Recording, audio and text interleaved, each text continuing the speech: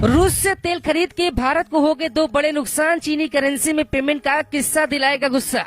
मोदी ने कहा रुपए में करेंगे कारोबार, रूस ने भी भरी थी हामी, फिर बीच में कैसे घुस गया जिनपिंग का बैंक।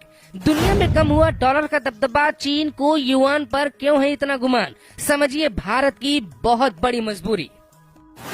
भारत ने रूस से तेल खरीदा तो भारतीय रिफाइंड कंपनियों को 7 अरब डॉलर का फायदा हुआ, लेकिन इस फायदे के साथ ही दो बड़े नुकसान भी हो गए और ये नुकसान इतना बड़ा है कि इसकी भरपाई आसान नहीं होगी।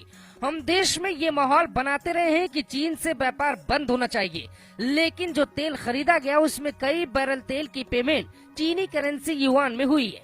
ये हम नहीं कह रहे बल्कि न्यूज एजेंसी रॉयटर्स ने अपनी रिपोर्ट में लिखा है। 3 जुलाई की रिपोर्ट में रॉयटर्स भारतीय अधिकारियों के सूत्रों के हवाले से लिखता है कि कई रिफाइनरी कंपनियां रूस से खरीदे गए तेल का पेमेंट चीनी करेंसी युआन में कर रही हैं। अब सवाल ये उठता है कि मोदी जी ने तो कहा था कि कारोबार रुपए में होगा, देश में भौकाल भी खूब मचा था, फिर ये चीनी करेंसी बीच में कैसे आ गई? तो पहले वो समझिए, फिर बताते हैं मोदी की मेक इन इंडिया कैसे भारतीय रुपए का दबदबा दुनिया भर में बढ़ा सकती है। रूस यूक्रेन युद्ध के बाद रूस किसी देश से अमेरिकी डॉलर में लेन देन नहीं कर सकता था। ऐसे में भारत को उसने सस्ते तेल का ऑफर दिया, रुपए में पेमेंट पर बात बनी और 89,000 करोड़ डॉलर का हमने तेल खरीद दिया। रूसी बैंक के पास भारतीय रुपए का अंबार बढ़ा तो सबसे बड़ी चिंता हुई कि इसका क्या किया जाएगा। पिछले साल करीब 32,000 करोड़ रुपए भारतीय करेंसी रूस के पास पड़ी रही, क्योंकि दुनिया में कई बड़े देशों ने रुपए दे कि रूस सामान नहीं मंगवा सकता।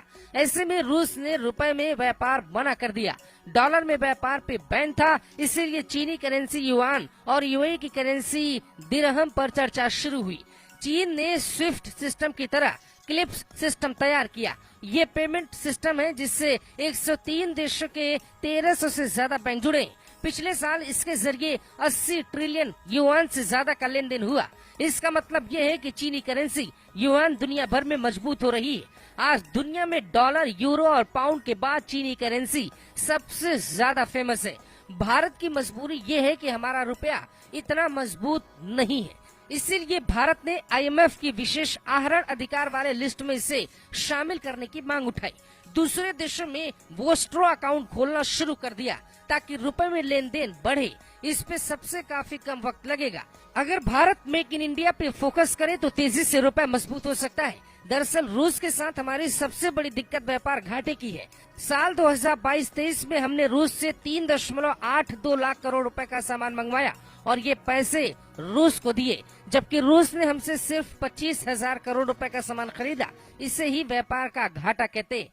अगर इंडिया में ज्यादा चीजें बनने लगे, हम दुनिया के बड़े देशों से चीजें मंगवाने के बजाय उन्हें बेचने लगे, तो अपने आप रुपए की वैल्यू बढ़ जाएगी। और इस दिशा में मोदी सरकार कई बड़े फैसले लगातार ले रही है, क्योंकि फिलहाल जो हुआ वो एक बड़े सबक की तरह है। आखिर हिंदुस्तान और रूस के बीच इस बात पे सहमति बन सकती है कि रुपए और रूबल में व्यापार हो सकता है, तो दुनिया के बड़े देशों में से ये बात क्यों नहीं बन सकती? डॉलर हो या पाउंड, हर किसी से चीनी करेंसी आगे निकलने की कोशिश में है। ऐसे में अगर ब्रिटेन, अमेरिका को चीन को रोकना है तो फिर भारतीय रुपए को मजबूत करना होगा। अगर आप भी ये चाहते हैं कि हिंदुस्तान का रुपए लेकर विदेश में जाएं और वहां उसी रुपए से सामान खरीद सके, तो कमेंट कर बताइए इसके लिए मोदी सरकार को और क्या करना चाहिए।